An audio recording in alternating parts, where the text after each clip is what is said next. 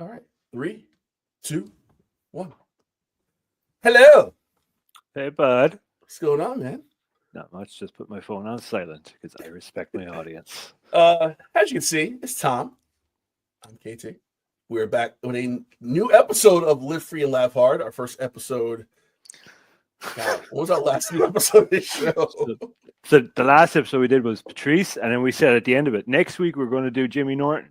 And you know what? No, we're wrong about one thing. We did Sebastian Maniscalco, and I don't think that was ever posted.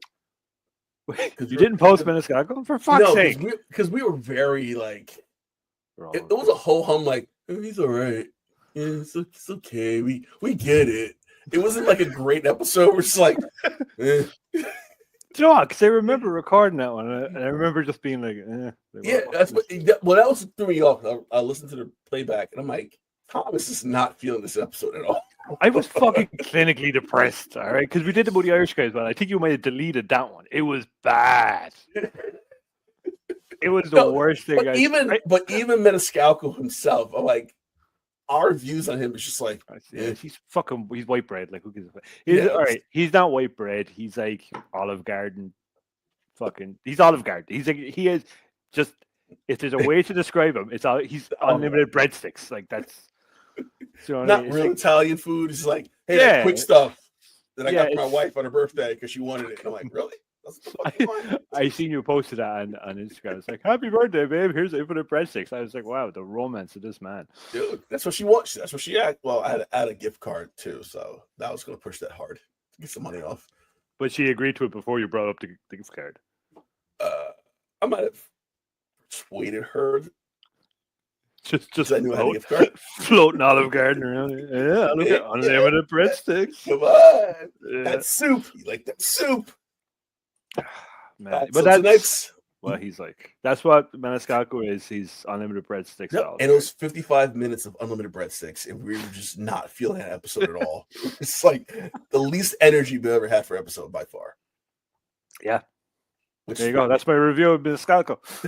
No energy. Jimmy Norton. 55 minutes, no energy. But speaking of energy, Jimmy Norton, we saw him live in New Jersey 2 years ago. Yeah, at the Wellmont? Wellmont, yeah. Wellmont, yeah. And it was good show. I missed the intro. Because I was the only person outside smoking because nobody in America smokes anymore. But I'm European and I'm allowed. So it was. Do you want to talk about that real quick? Yeah. So I mean, the show itself, and that was my first Jim Norton show, and I think watching him and like Monster Rain's like one of my favorite stand-ups.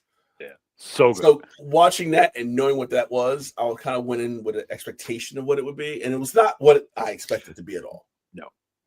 Which I'm like, is that good or bad? I'm not sure. So the way I feel about it is, I had watched Monster Rain, and Monster Rain was at the height of O&A because they were actually in the audience that night as well. Yeah. Anyone who doesn't know, O&A was Opie and Anthony, which was satellite. It was satellite radio, right? It wasn't. It was terrestrial regular. Sorry. And then with satellite, I think I got fired.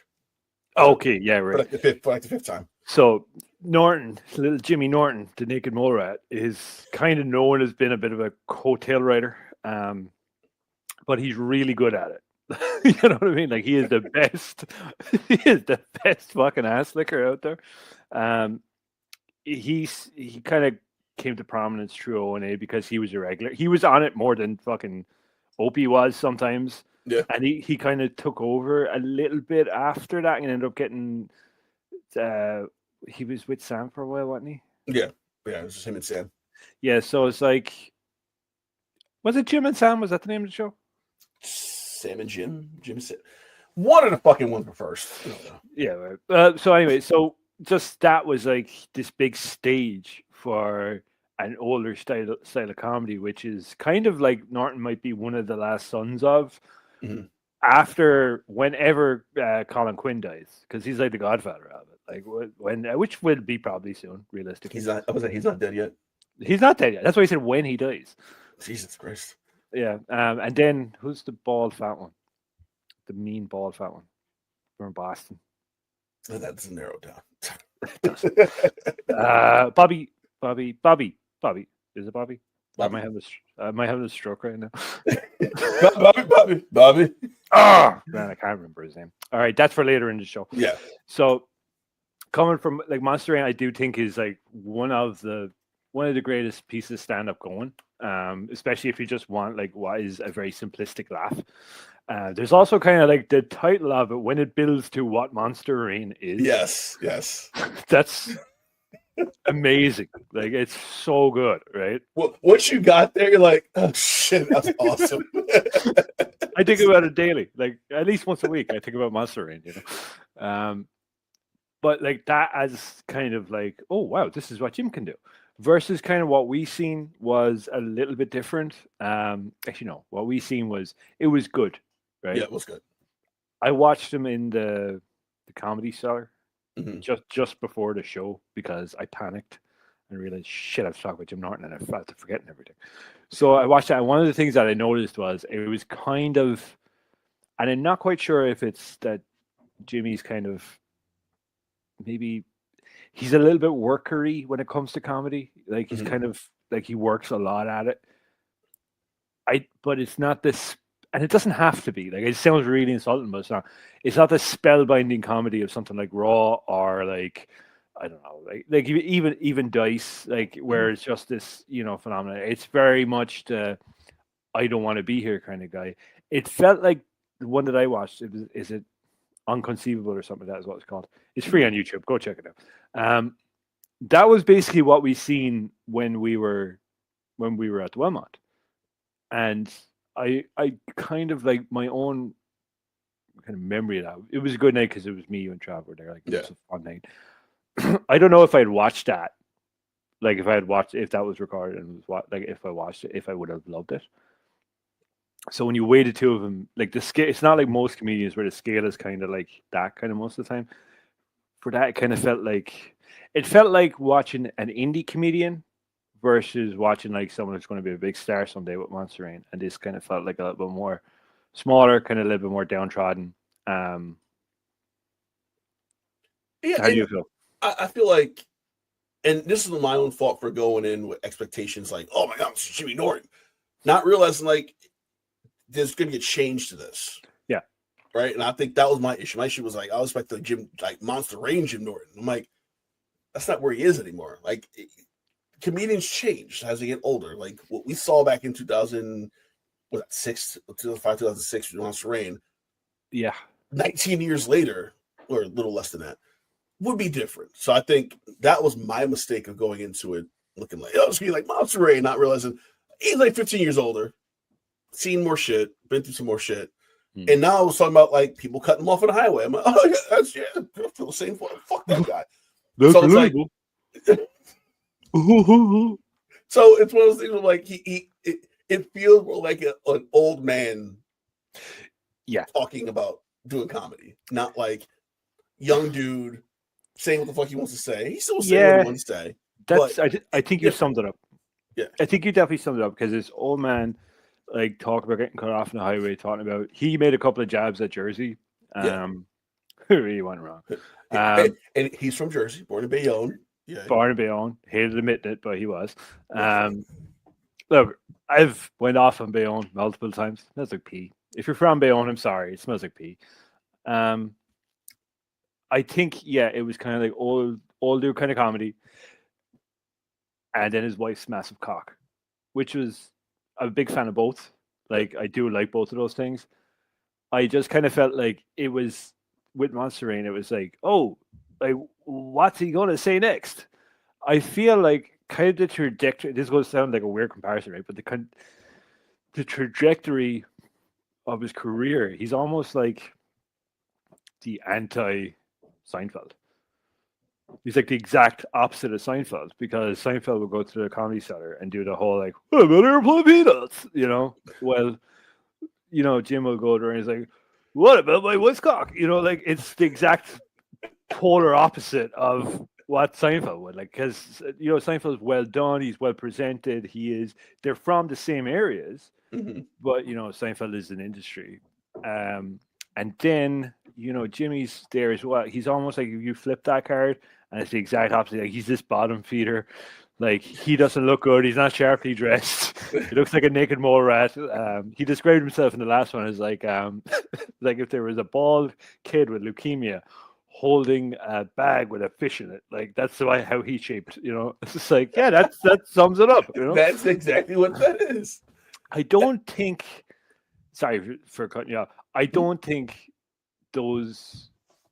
I think big high energy things are Jim's thing. I don't think like the comedy sellers, and that seems strange, but I feel like it was the energy of Monster Rain that made it so good because it was huge. He was huge at the time. Yeah. There was O&A. With O&A, there was an intense amount of pressure all the fucking time because they never took an ad break. It was always going, and I feel like that's where he thrived.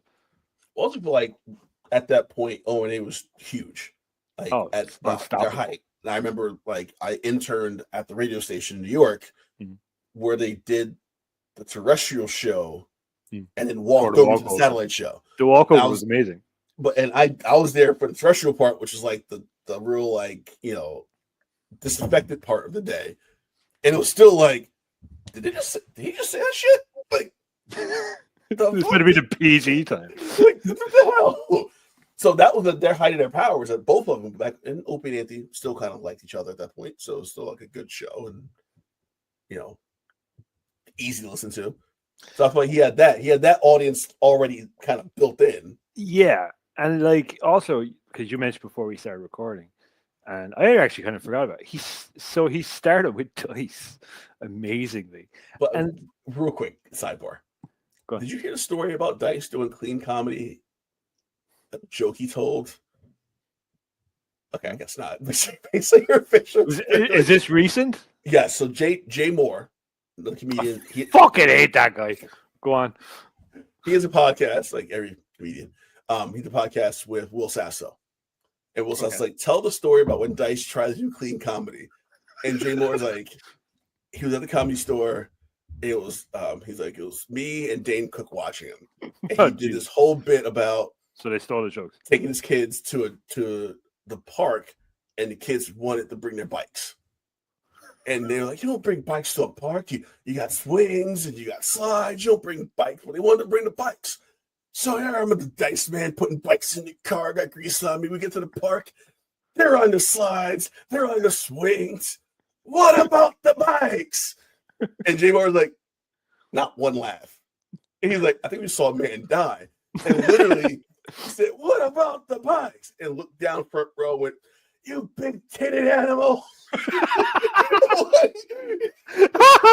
he just seen it die in front of him and then just like immediately, okay, this is not working. Let me just regress back. So I'm like, big fucking cow-titted bitch.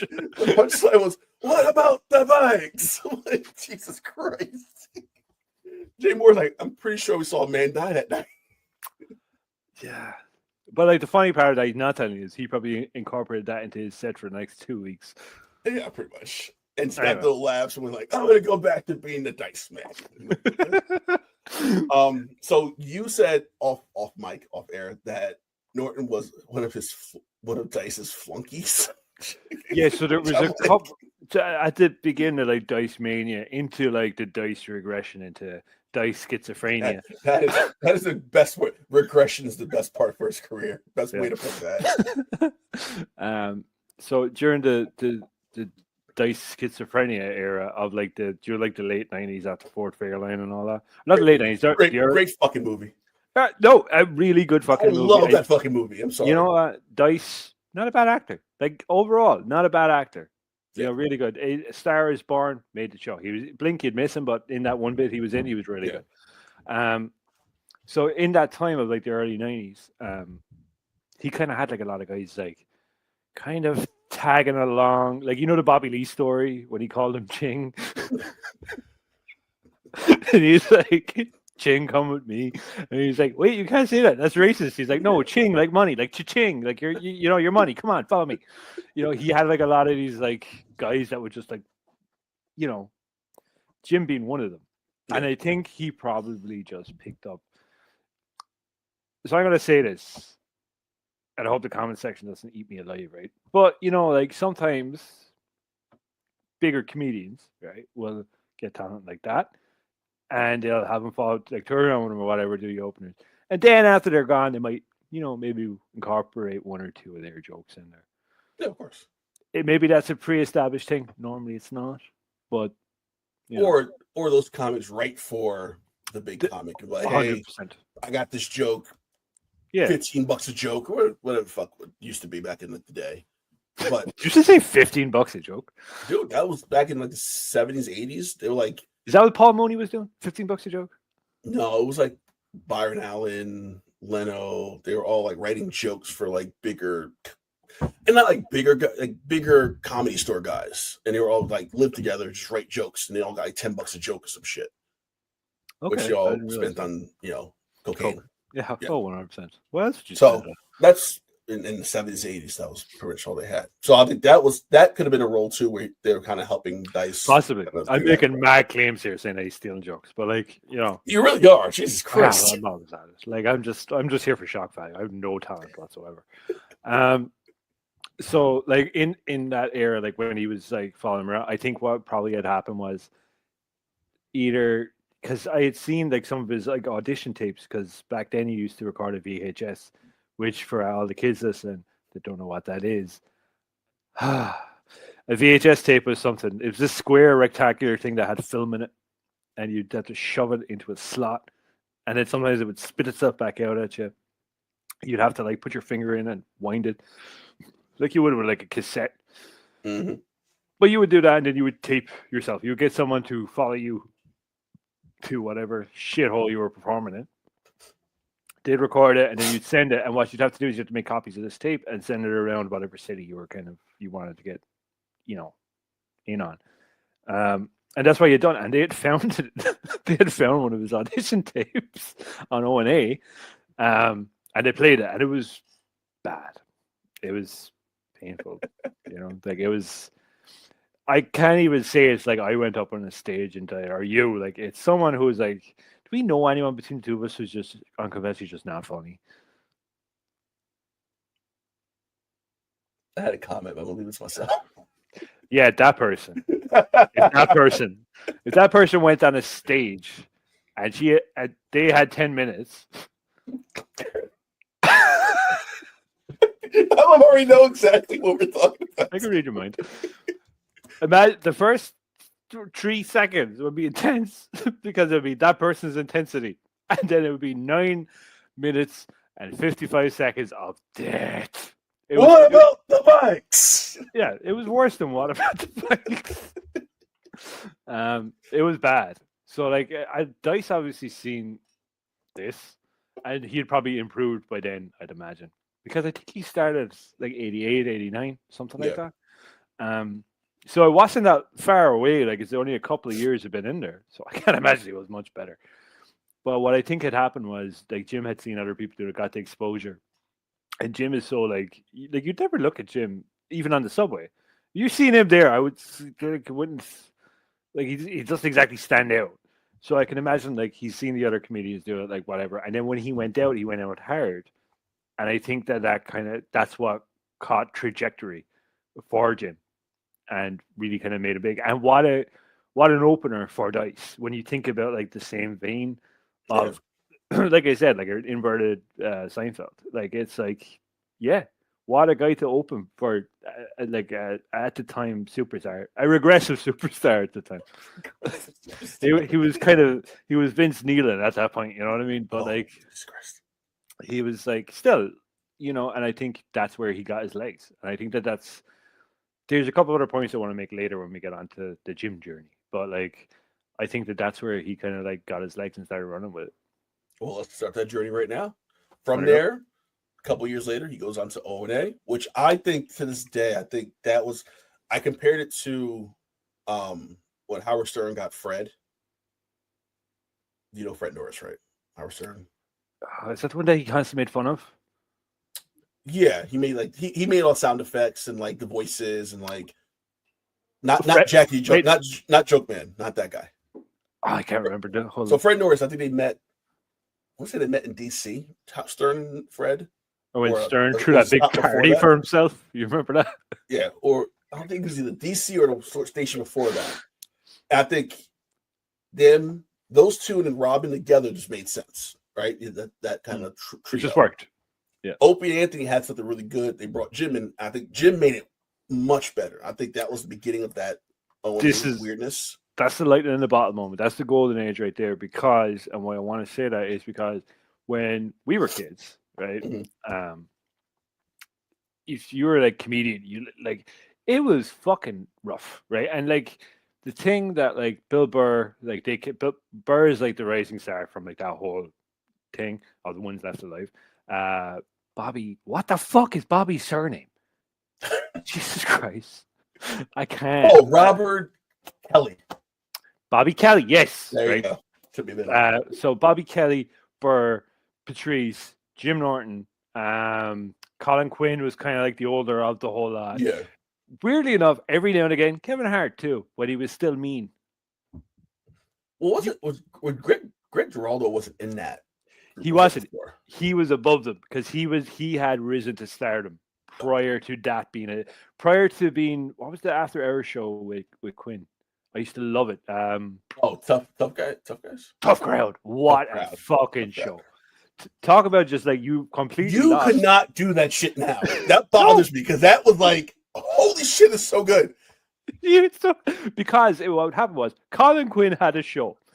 And Colin Quinn was a hostage on that show to the other comedians. Colin. Okay. Yeah. It was like, that was literally what Patrice did a month from occasion. Shut up, Colin. Okay. And Colin's in there with that New York coffee cup, like, all right. Yeah, but he'd be there, he'd start stuttering through the mic, which he always did. And then Patrice would just lock on that straight away and just be like, look at you stuttering little fuck. And then he'd start stuttering more. Oh, but God. that was amazing because like it would just be like there was a moment with Patrice. I don't know Jim Martin there. It was Patrice, and there was this older comedian who he was an older veteran guy who was like clean comedy. Yeah. Right. And they were talking about holes in hip hop videos and abortions. Right. And it was the best fucking thing ever because Patrice, a female comic who I can't remember, and maybe Rain Pryor. No. Maybe not Rain Pryor. My head is telling me Rain Pryor. I hope not Rain Pryor. And this older white guy who's there literally with a walking stick, right? And they're talking about like Patrice is doing his fucking thing, right? And he's talking about like, like how do you know those women don't want to be shaking their ass in those music videos?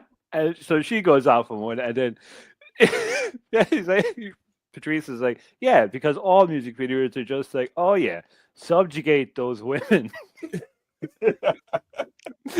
I can't do it. Look it up. It's so good. But they're talking about abortion, and the old guy's there. He's like, at the very end of it, just goes, "What's a fetus?"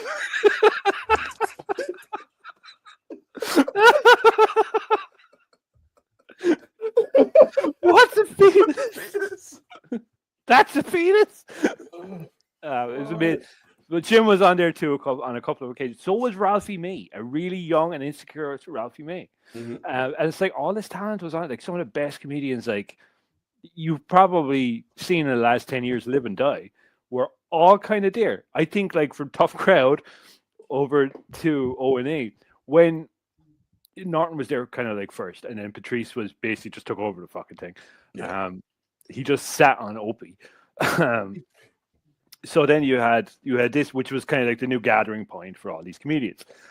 Colin Quinn calls in one day, and Norton, in his infinite jest, just like just announces him in like, oh yeah, speaking of, they were talking about American Airlines, right? Yeah. And he's like, oh yeah, speaking of that, here's a guy who's got more dead pilots than American Airlines, Colin Quinn. Oh my God.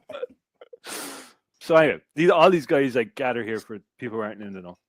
If not, you find O&A on the fucking YouTube list. It's amazing. Yeah. It's like you're really missing lightning in a bottle. I feel like Jim was probably the most consistent member of staff on there. Like he brought it every day. He brought it. Like he brought something. There was a moment I shouldn't be laughing at this. This is so. As a mentally ill man, I God. shouldn't be laughing at this. When you say I should be laughing at this, I know. Oh Jesus! No, it's just because. Yeah. There was this one guy who called in who was going to shoot himself. You remember that? No.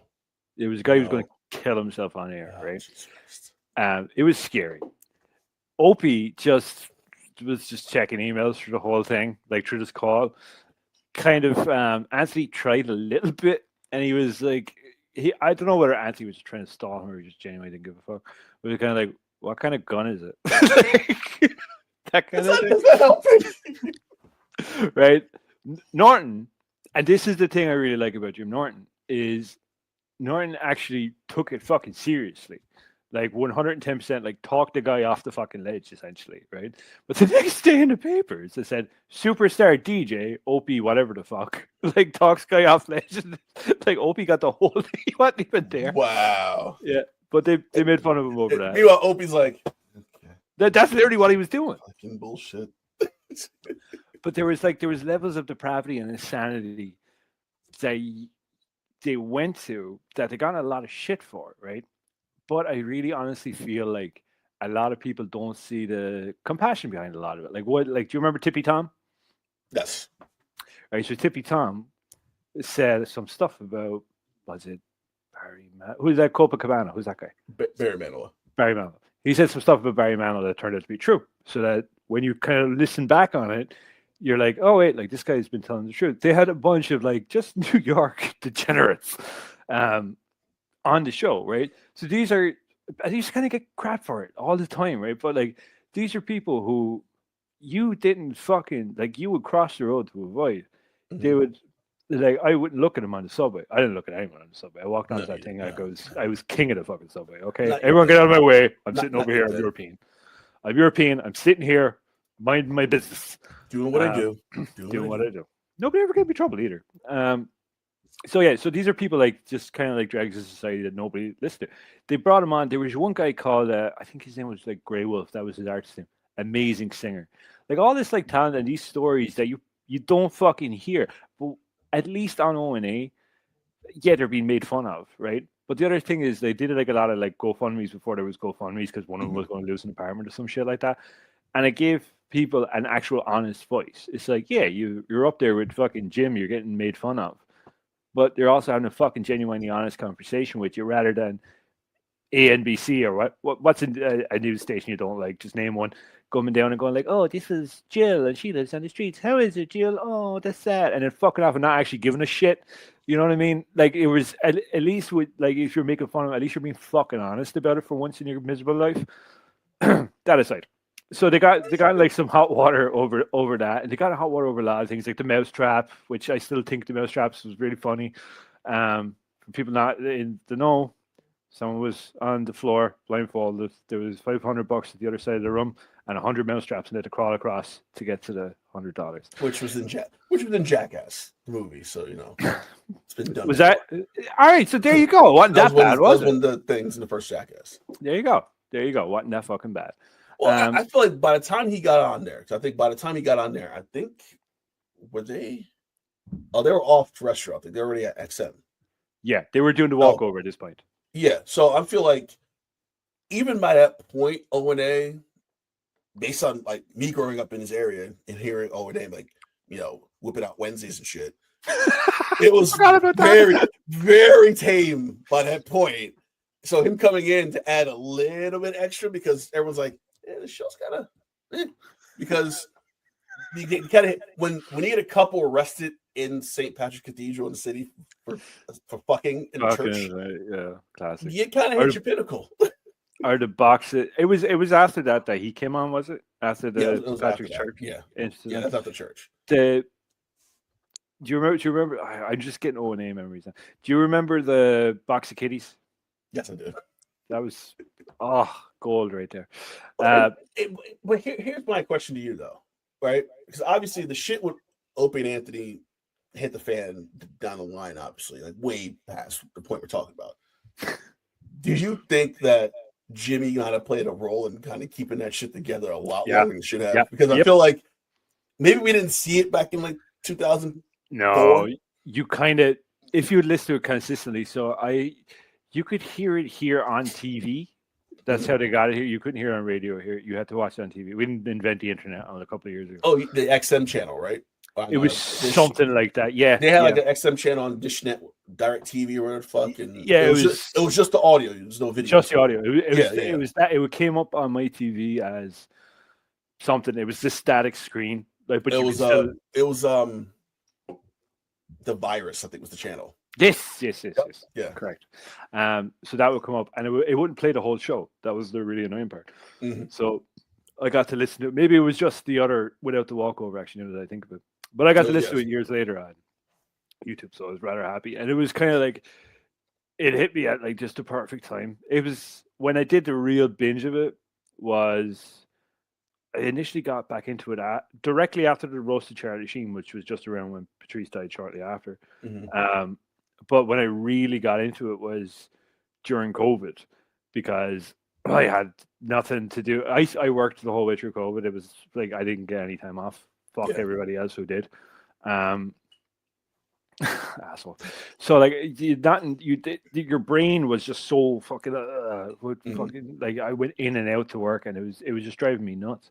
So I had here, and I was in this weird limbo because I was meant to be moving there at the time, and then COVID put that off.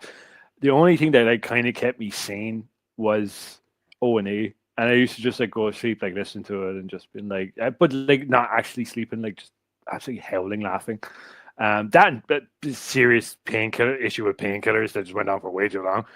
Those two things combined, bliss. Between that and O&A for your mom, like, shut the fuck up.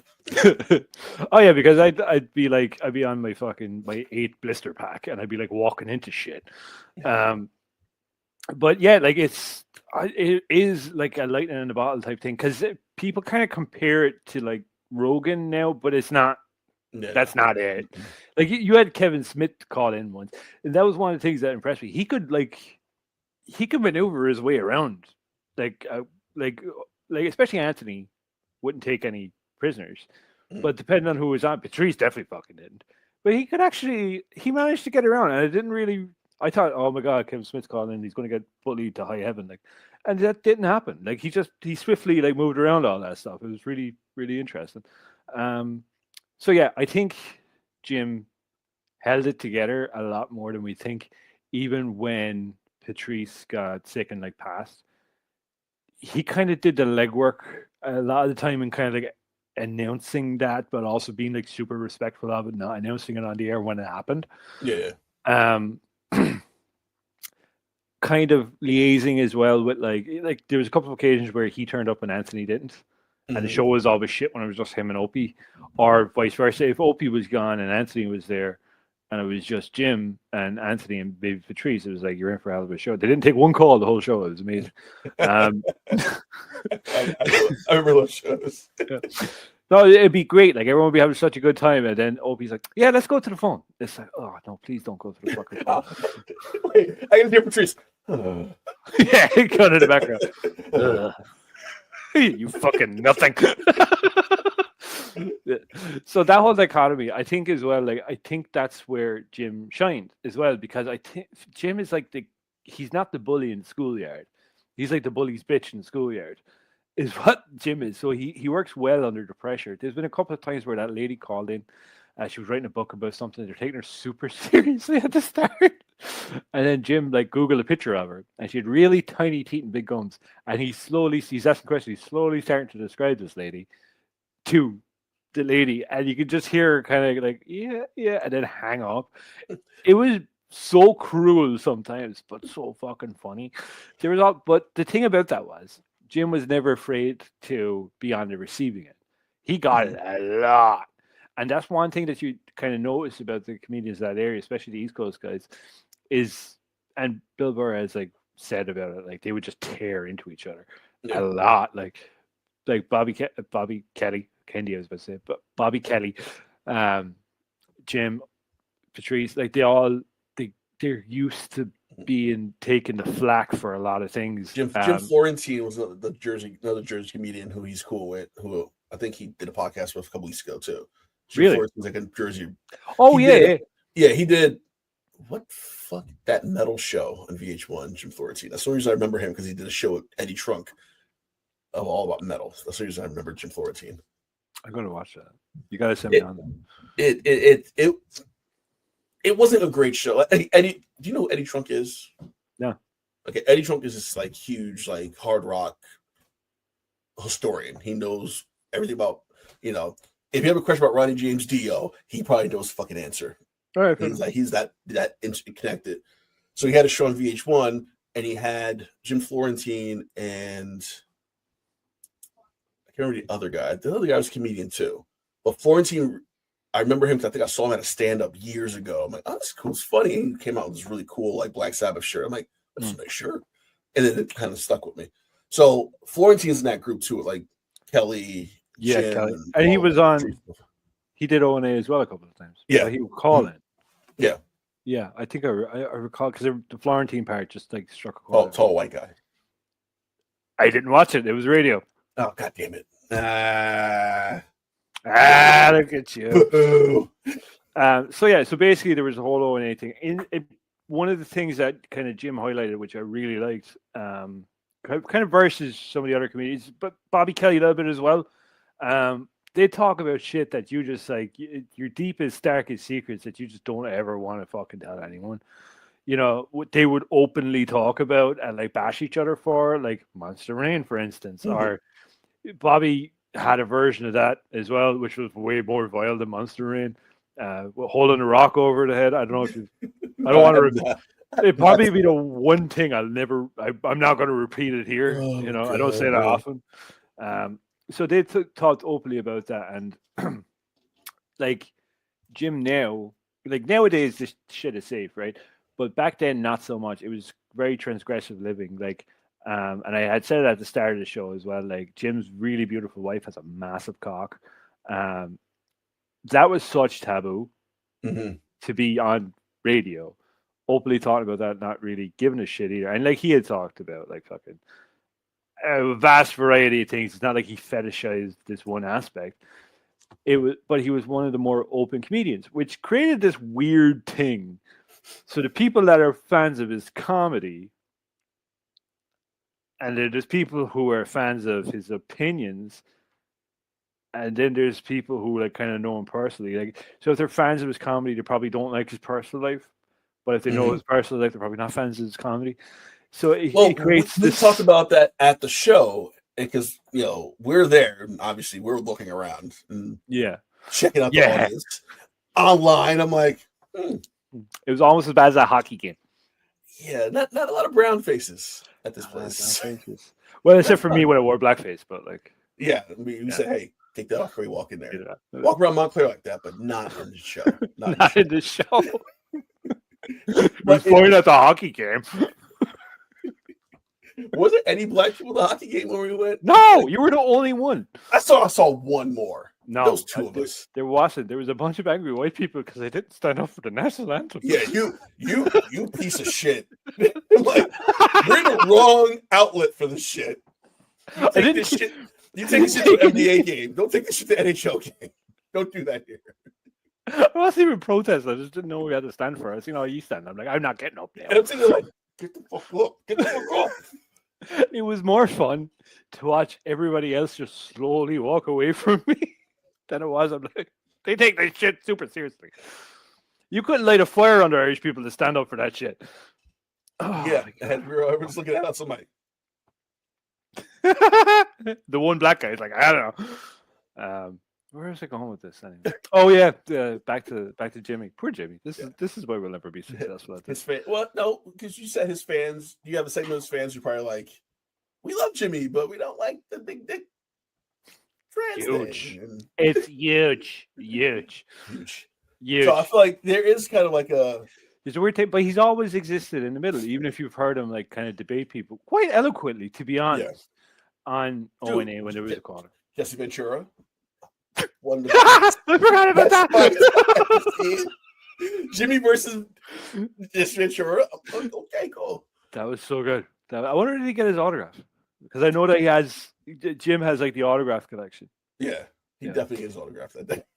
Maybe at a different time. Fucking funny. Not that day. Yeah, he was so fucking mad. But like he like Jim comes from a place of logic, kind of in a way that, to be fair, both left and right have extremely lost the kind of centralist logic, kind of like where we all kind of used to just exist happily, and then before we picked a fucking team, and still presents himself that way today, which I do feel is kind of like really refreshing because he navigates it perfectly.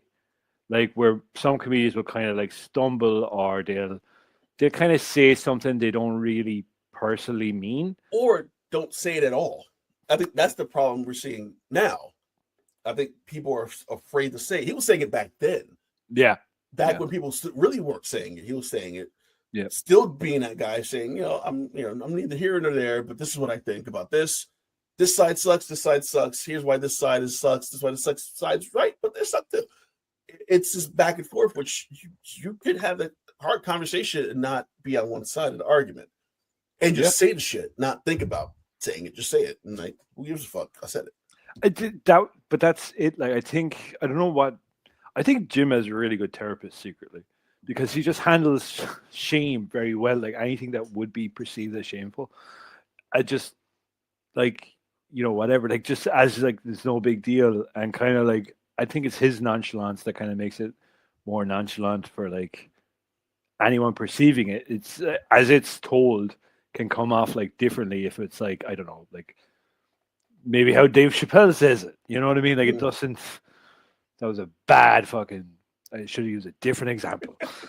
Shit. I was like, oh, you had to say Chappelle. Like any other. Like it's just how it's put out there, and that's the thing that I was saying where it kind of feels more like from Monster Rain to what he's doing now. It feels more like indie comedy because of that like nonchalance, and it does feel like this inverted, Jerry Seinfeld, but he also this mediator as well between like trying to mediate between Opie and Anthony. I can't imagine how difficult that was. Moving it over into like different. Are you okay? Yeah, you said Dave Chappelle, and I want to bring something up.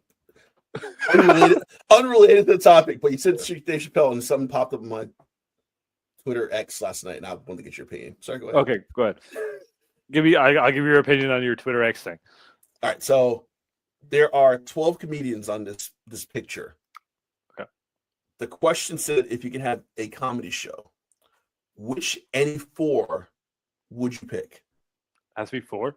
Has to be 4. I'm gonna give you all 12, and you pick 4 of the 12. Richard Pryor. Well, fucking Pryor. That's a given. Go on. Bernie Mac. Martin Lawrence. Don't give Chris a fuck. Rock. Don't give a fuck. Chris Tucker. Don't give a fuck. Dave Chappelle. Okay. Eddie Murphy. Oh. Cat Williams. Yeah. Robin Harris, who I don't think you know. I have You no idea who that is. look him up.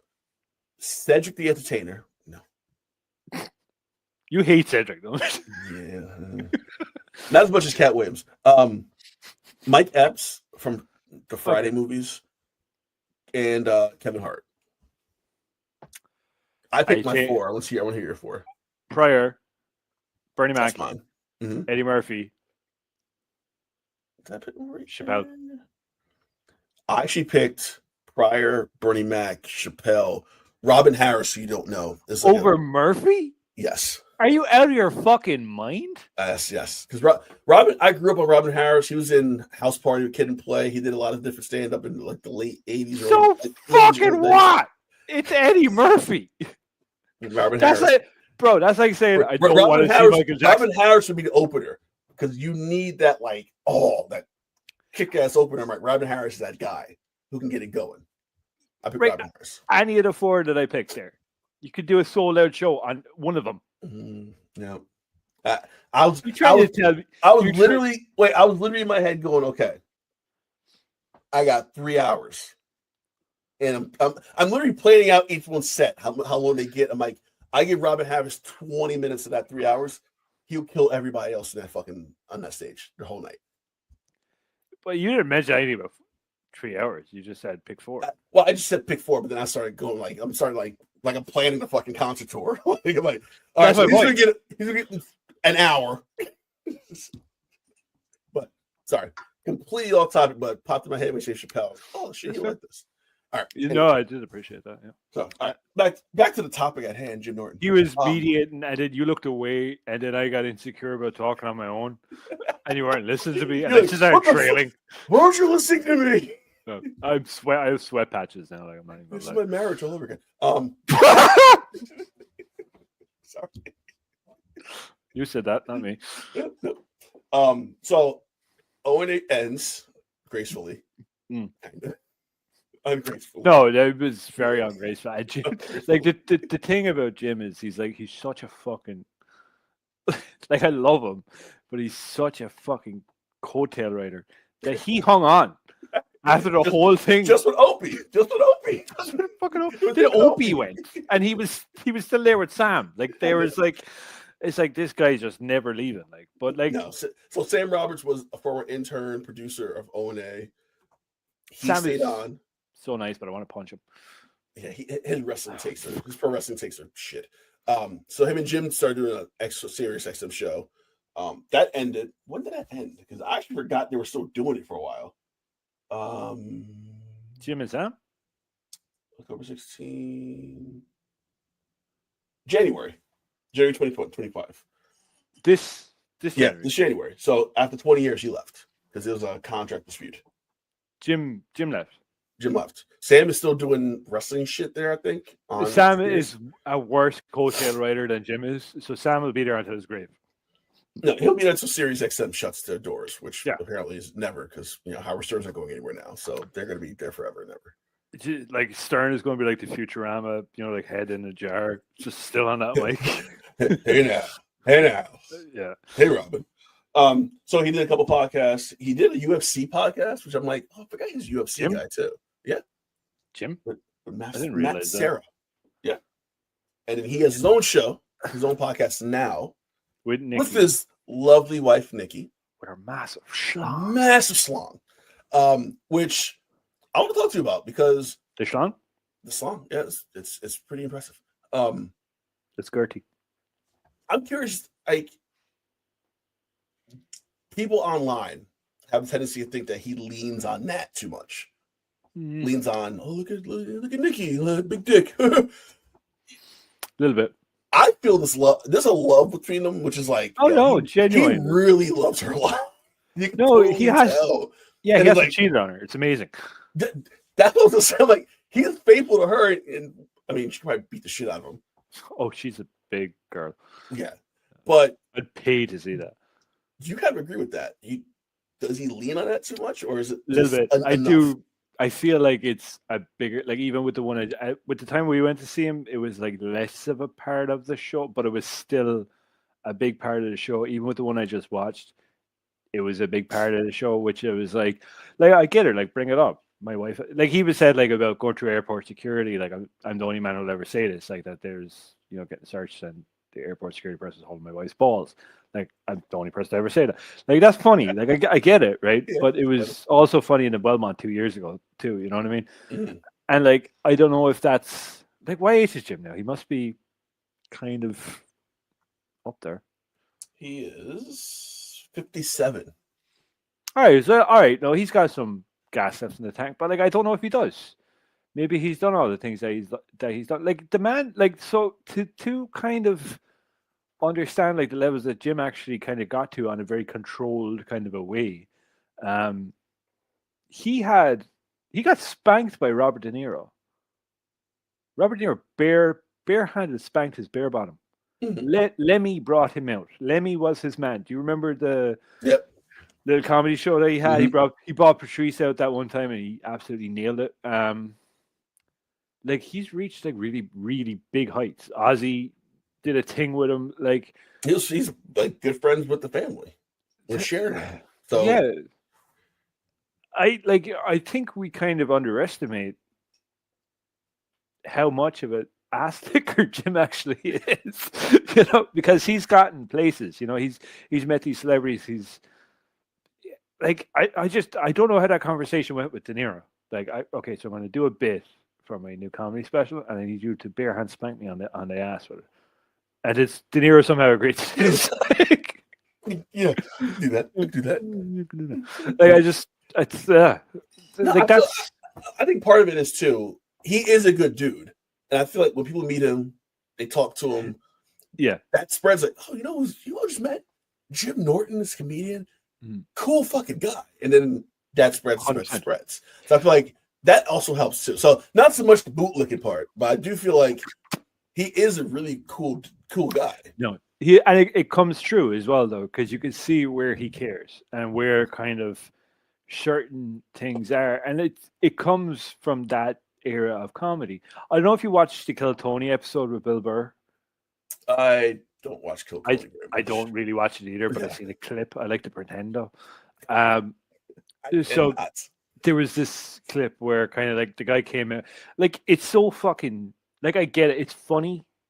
I just think the way that Tony does it is just kind of wrong because you're just flogging these poor guys. They're coming out under really specific circumstances, and you can kind of see the ones that shine through. And there's some people that are going to shine through in 2 minutes. The porn star chick. I didn't see that one. I saw that one. Of course, I saw that one. But continue. If you watch the Moody Irish Guys last episode, you'll find out this man is no way likes pornography, but just has met quite a lot of porn stars. I can recognize them. Tara Patrick. My heart. What was it? So what he had done is like Tony had like ripped into this guy who like, and kind of Bill Burr kind of tore him apart because of it, because he was like, the guy's coming out and like, what the fuck do you really expect? Like there's a lot of heart there and honesty and honor amongst those people, from like back then.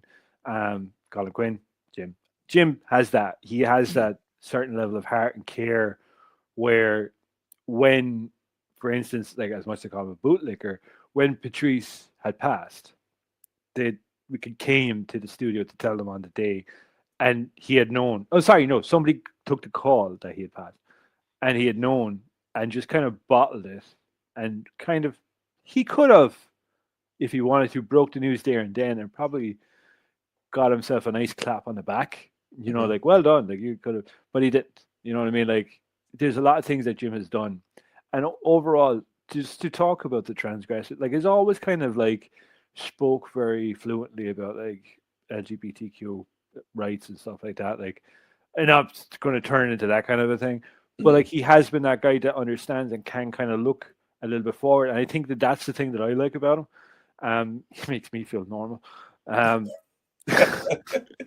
But like he, there is a lot of heart there. There is a lot of that, and it's in his show as well.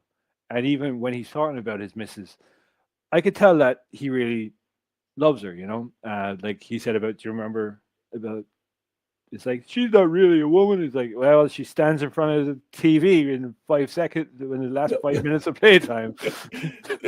You tell me. It's like, so if you were, it's weird that I say this question because obviously he's still alive, because you ask this question people when they're dead. Yeah. What's the legacy of Jim Norton? Because I feel like for me it'd be going to O&A, killing that, kind of becoming, to me personally, becoming a bigger piece of that show than Opie and Anthony at all. Because you almost forget they're on the show because Jim runs that shit perfectly. But where do you take him in like this realm of comedy? I see, that was actually kind of like, I won't like, this episode has been hard. As Jim's wife's cock. But it's like, it's difficult because I personally love Jimmy. I could watch him all day and night. I could listen to him all day and night. But kind of sitting here talking around, kind of like, wait, what did Jim do? I see him reaping kind of like the benefits of it, but as you said, like it's probably because he's a nice guy. I don't know. That's a harder question to answer than I would have thought of. I would like to think that we would kind of remember him. That seems weird because he's not dead. Exactly. Like a question like this is tough for someone still living, but I feel like he could be like, he might say, "Fuck it, I'm gonna call it quits and just relax a little bit." You know what? I kind of possibly like I could feel that might be in the future for Jim. I honestly, the way I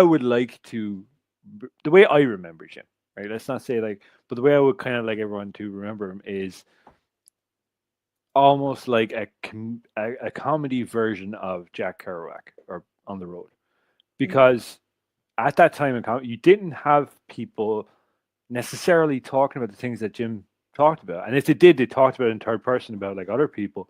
He was talking about his experiences with different shit that Yeah. are borderline foil. I think that kind of stands a lot more to it and took a lot of bravery to get up on a stage and do that kind of comedy. It makes sense that it was an offshoot of Dice, and it was that level of comedy taken from like the 80s into like the 90s, early 2000s, where it kind of blossomed. Mhm. I do think he kind of deserves a spot at that table of that lineup of people of like Patrice, Colin Quinn, so on and so forth. I don't know. We need to find a name for that crew because it's like, but yeah, he deserves a spot at the table.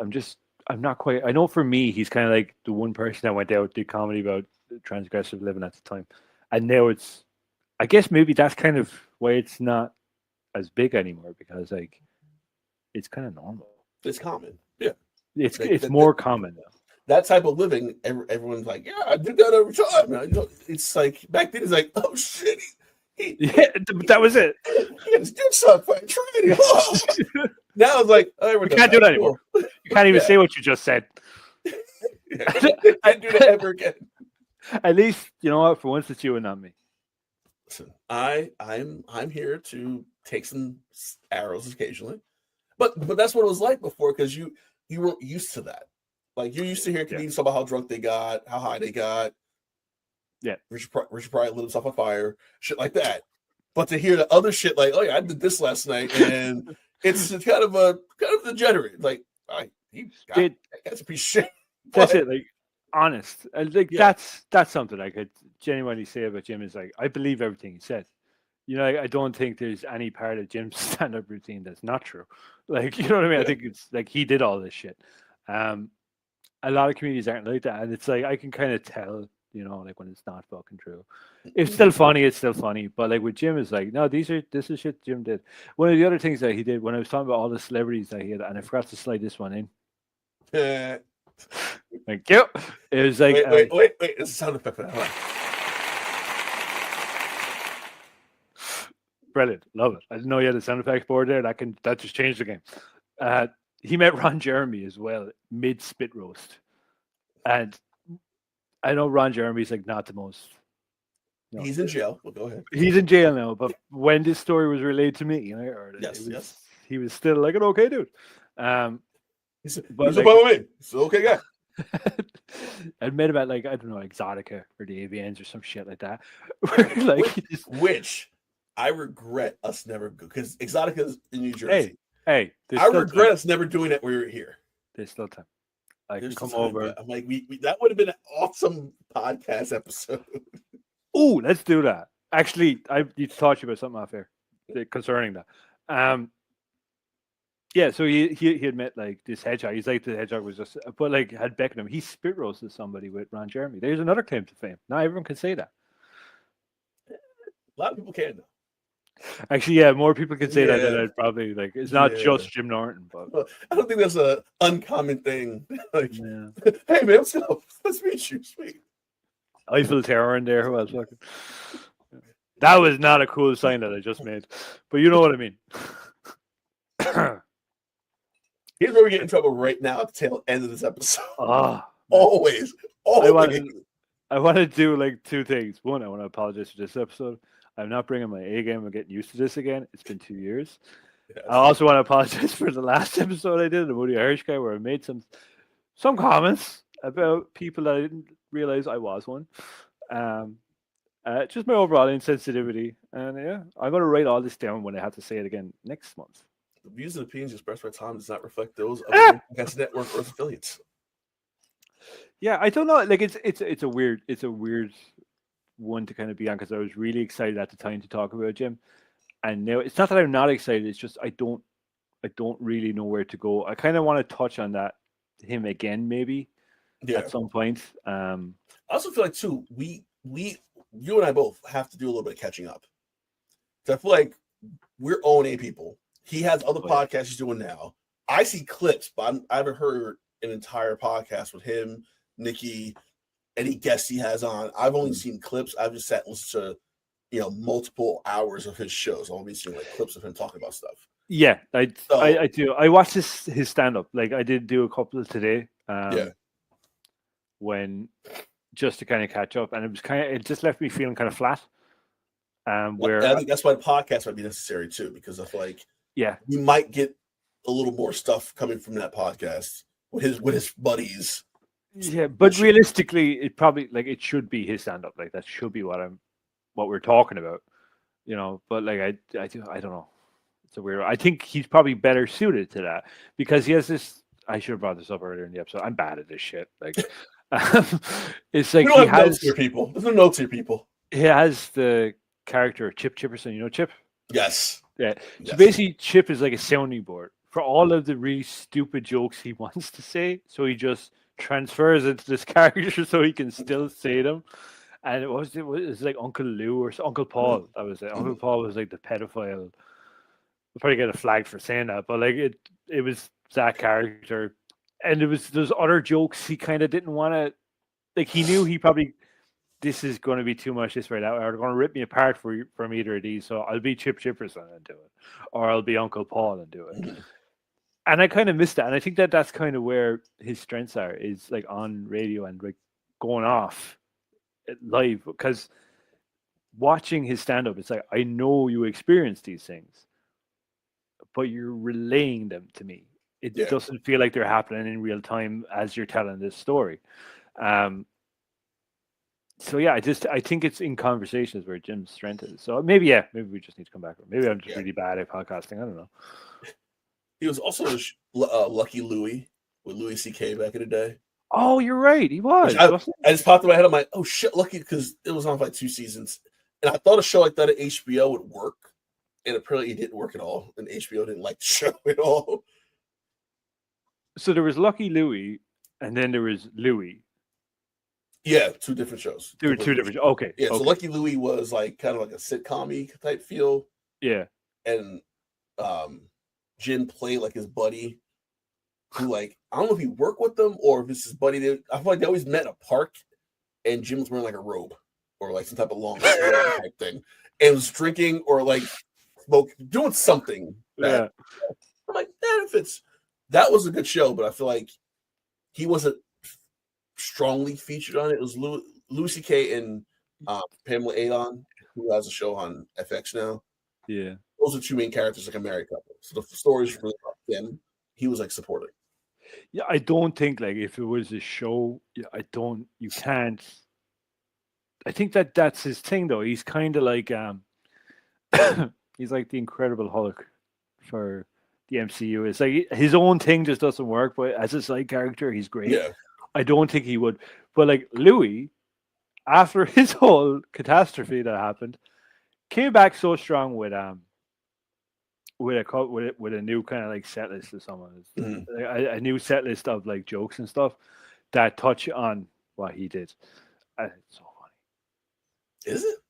Oh, he said he made a comment about it, right? Just hear me out. He's like, I'm going to give you some advice that only I can give you.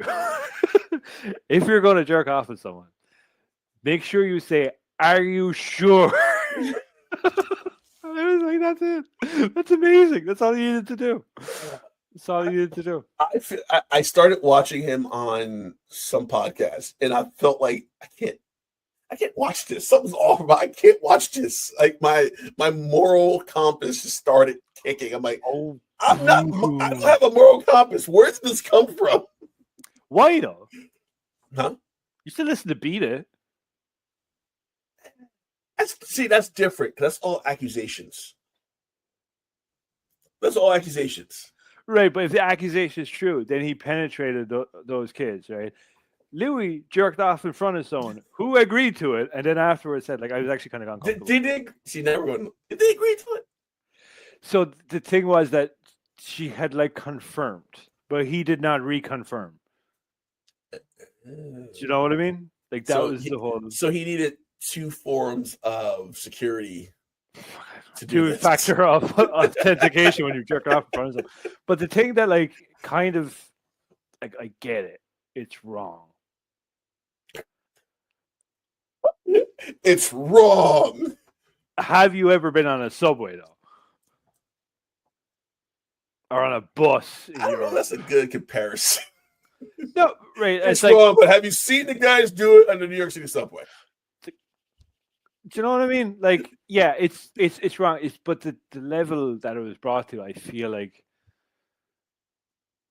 I don't. I was like, was it necessary to bring it to that level? If you did kind of agree to it, and then afterwards we might have to cut this whole thing out because I could be totally wrong. Again, listen, I'm not cutting shit out. You never cut shit out. Even that time I made fun of Kim Jong Un. Fuck that. You want me to get cancelled. So look, if it's a thing that it was like she just turned around and he's like jerk, like that's wrong, Louis. Behave yourself. But if it's a thing that no, that's exact. I'd have this and I'd be like, no, stop that. But if it's a thing like she kind of like half-heartedly agreed to it and then didn't say no, and he was like, yes, it probably shouldn't have happened, right? But at the same time, it's like it gets elevated to a level where communication kind of breaks down with these things. Because I initially thought that like he had penetrated someone. I know the whole story that he just whipped it out and just started going to town. I'm like, if that's what happened, then that's wrong. It wasn't just the one female; it was other people there too. Wait, what?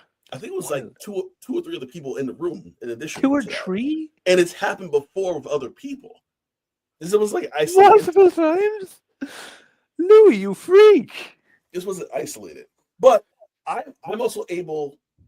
I can separate the artist from the act. I think I've kind of figured like R. Kelly's a piece of shit, but goddamn, he makes some good music.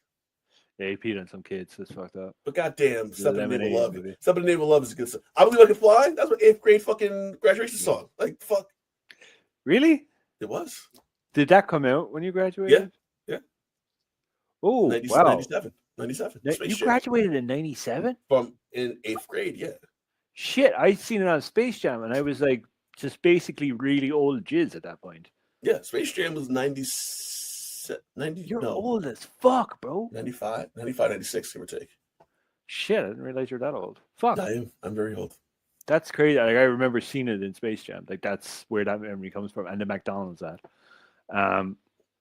Yeah, if Louis did that, that's fucking weird. I would love to meet the person who was there for all 4 occasions that this shit happened, and it's just like, yeah, he does this sometimes. You just that's just Louis. Just like this. Just whip it out.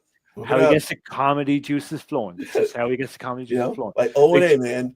Whip it out Wednesdays. Whip it out Wednesdays. Whip it out Louis. And he's just there making dirt. Eye contact with people. Louis. He just busts to that song. Louis. How did we get here? I don't know how we got to this point. I'm victim blaming fucking the Louis version of it. I feel really bad for that. Like I was right. If that's what fucking happened, no, that's fucked up. Yeah. But I heard a different story. And this is why you can't trust the media these days. They're out to get you. That's what I'm going for. Fake news. Yeah, so I suppose overall with Jim. I think we're done with Jim. I think we're very done with Jim. I do have a suggestion for our next episode. Okay. I think we did an episode, like a pilot episode on Rich Pryor. Yes. That was never released. It was just for our ears. Just kind of. Oh, we never released that? Never released it. That was just like our how it sounds, get comfortable.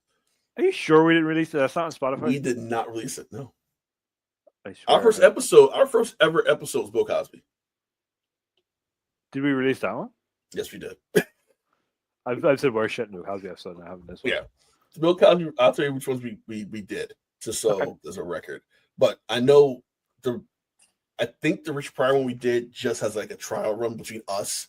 Okay. Just to see like how it sounds, how we feel about it, stuff like that. But we did. Hold on. Here's a channel. Damn YouTube. Come on, guys. Get to the chopper. Get the job done. You can do it. Come on. Actually, you know what? We did Bill Cosby. We did audio. So the YouTube only has SNL and Patrice. Oh, Because the other ones we only did the audio versions of. We never did the ones online. So Bill Cosby's audio vaulted. Gerard Carmichael audio vaulted, which maybe I'll bring that out and break those out too. But I think we should take a crack at Rich Pryor for real. Okay, that's a big one. Can we pick someone in between it? Because I'm not used to seeing my show. I like there's a couple of things, right? So for anyone that's fucking watching this, just like this Irish guy's shit at what he does, right? There's pressure here, right? Because one, right, I feel like we had a really good TV show, like HBO type thing, right? Mm-hmm. And then somebody came along and said, you know what, fuck off, we're taking all your budget away, and then we're doing it like this. The FCC canceled us, it's cool. Yeah, and it's like the FCC done fucked us, won't let us be. So now we're doing it like this shit. Like, true, I'd rather be in the room with them. And like, but prior to that, like we'd have like a preamble and we'd get our energy up and stuff like that. Like doing it like fucking this is hard.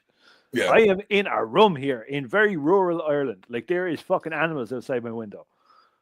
Like it's difficult, and I have to get back into the rhythm of doing it this way. And we also, people, truth be told, I'm in New Jersey. You're in Ireland. There's a 5-hour time difference that we're working with. So, what time is it there right now? It's fucking almost 1:30. I work today. It is 8 p.m. here. It is 1 in the morning. So, we obviously are figuring this out when we was on my couch prepping, watching Steven Seagal run for together,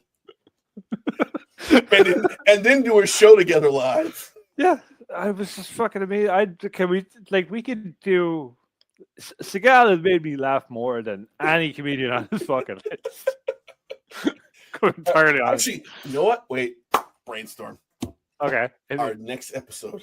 Seagal. So Richard Pryor is going to be 2 episodes from now. That's going to be our deep dive. I think that's the perfect one for us. Our final practice show. All right, the juice is flowing. Okay. Amy Schumer. Oh, okay, yeah. Yes. Do you know why? Because I can't stand her, but I've only ever watched, I feel like, 10 minutes of like her stuff and a couple of her shows. Now her shows were pretty fucking bad.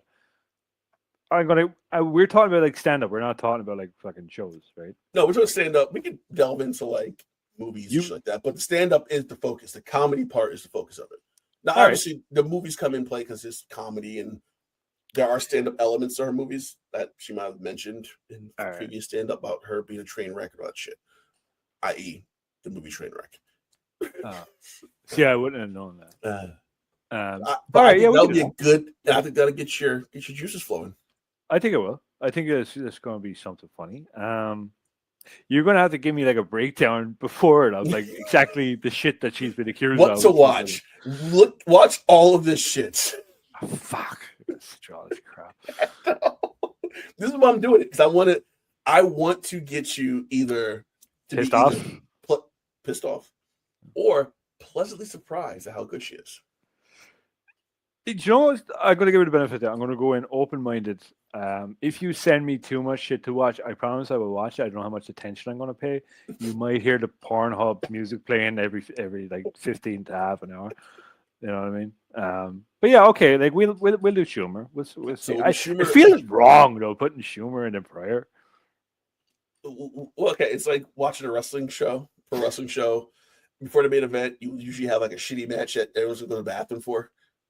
Okay, Schumer's the one where you go to the bathroom before the big match happens. It almost feels like Schumer's an opener for Pryor, which still doesn't feel right. Real quick, did you early opener? Did you watch Mr. McMahon? Yes, I did. So good, so good. It was so whitewashed until the last episode when they're like, by the way, he's a piece of shit, and here's why. Because they had to, but like. It got me into it. It got me like I watched the documentaries about the wrestling. Yeah. I still don't understand what the fuck is going on. I just know that like we are about 2 rating drops from Rhea Ripley just absolutely skull fucking somebody in the middle of the stage. Yo, she's so hot. I don't see it because she's Australian, and the whole Australian and like goth thing just doesn't match together for me. So I just look at her. I'm like, you're a fucking poser. Shut up. You know, like you all are. You're all fucking wrestlers. You're dressed like fucking idiot. But I like the backstage stuff of like how serious these guys take it is amazing. Yeah, I'm this like, their life. This is their livelihood. This is what they live by. yeah, it is. And then you have to look over and think like you're the Undertaker. You broke your neck for this shit. And then you look over and Jake Paul just gets a free pass. Fuck that. Is it Jake Paul or is it Logan Paul? Logan Paul gets free Logan Paul. Jake Paul just has fake fights. He just has fake fights on pay-per-view. What happened? What happened with that? Did you see Mike Tyson's ass? Like, what the fuck was going on there? Is he senile? Is he okay? Does he have CTE or CET? There was one point at fight in the first round where he swung. And I'm like, oh shit. And he's like, I'm like, oh, God damn it.